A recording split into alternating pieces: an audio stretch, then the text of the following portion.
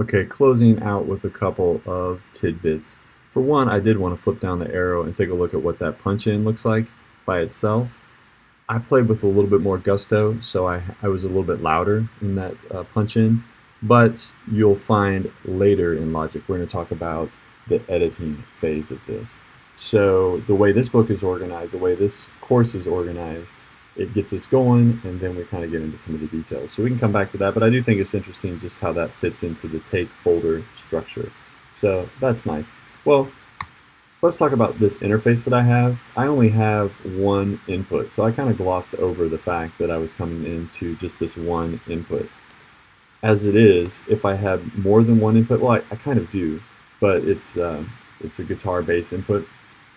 So by default, I was fine with the one channel. That's all I had to do. But if we had one of our multi-channel interfaces, we got 8 inputs, or we've got the PreSonus mixing board, and we've got 32 or more inputs, then we're going to need to pay careful attention about what we have set up as the input. So in the case of this, input 1, well, I can't have multiple things on input 1. And then as a side note, stereo versus mono, that's just a single input.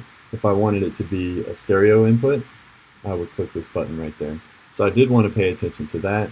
And then I wanted to pay attention to the fact that if I wanted to listen to these and I'm not hearing them, you can hit this input monitoring button. So if for some reason you're not hearing the sound come, but you do see it there, like I can see that, you can try the input monitoring button.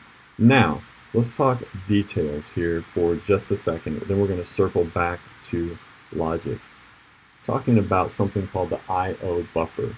Actually, I'm going to zip to Logic real quick just to show you where that is. Logic, Preferences, Audio, and that's the I/O buffer size. What that is Logic takes the samples that we've been talking about this whole time, takes those samples and it holds onto them in this I/O buffer. So the input-output buffer, it's going to hold 128 samples before moving them to the hard drive, or before processing them and moving them into out of that buffer into their permanent home on the hard drive. So essentially, it's a way of economizing the process.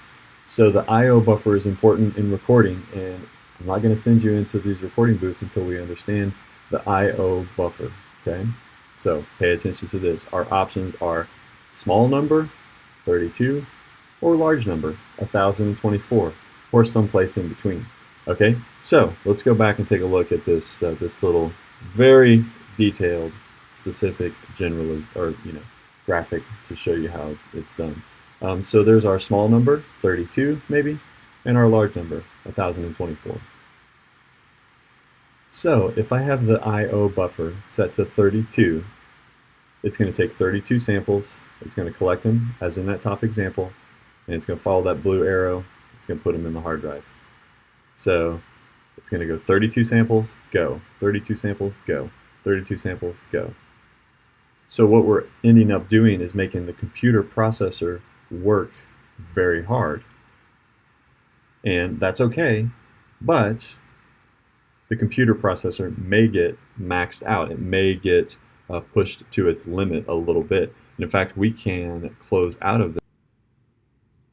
You can adjust these display settings to actually see some of the processing that's going on. So if you choose Custom from this drop-down menu, you can see what's going on with your computer processor, and you can see what's going on with the hard drive.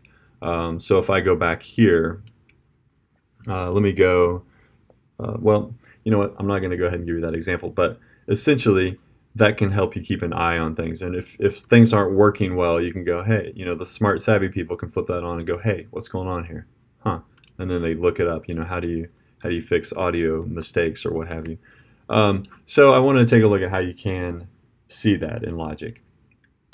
So we're making the processor, top example here, we're making the processor work hard.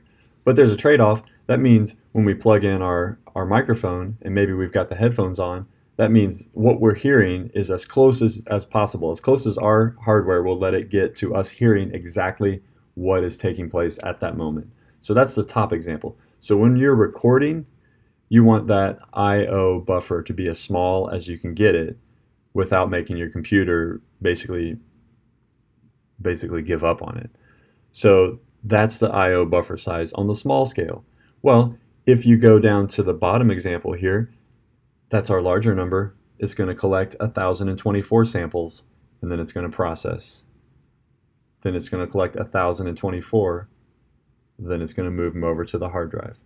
So that bottom example is going to go slower. Well, the computer processor is not going to have to work as hard when the I/O buffer is set higher. The trade-off to that means that you're going to hear the signal in a set of headphones with something called latency, a delay. It's going to sound messed up. So someone, if you're engineering a recording, I'm about to try to send us out to record some podcasts for businesses or what have you. They put headphones on and they go, it sounds weird in my ears. It sounds like echoey. It doesn't sound right. And then it starts to mess up the way they're talking. Well, that's the I/O buffer. You go into the I/O buffer, you set it at low at 32. All of a sudden they're saying, yes, you fixed it. Sounds better. Thank you. Okay, so that's solving problems. That's a digital media technology. That's an academy-based approach. So that gives us an idea of what's going on with the I/O buffer. Last thing I want to do, and thank you for coming along for this ride, is I want to get into the file browser, and F is the shortcut for that, or I can click this little icon here, which brings up our different browser areas here. I'm in the project browser, and what I want to do is I want to clean up this project a little bit. So I've got several times that I recorded the horn, and some of them I used and some of them I didn't use, but let's say I'm ready to go with this and I want to pass it on and share it with someone else. Then what I'm going to do is I'm going to click the edit button,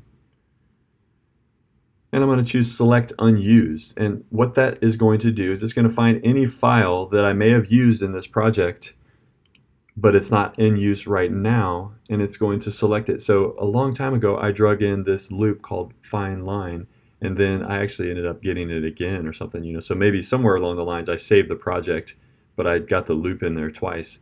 Okay, there's a little bit of savings. I can save a little bit of file, so when I go to upload this to Google Drive, it's not going to be quite as big of a file.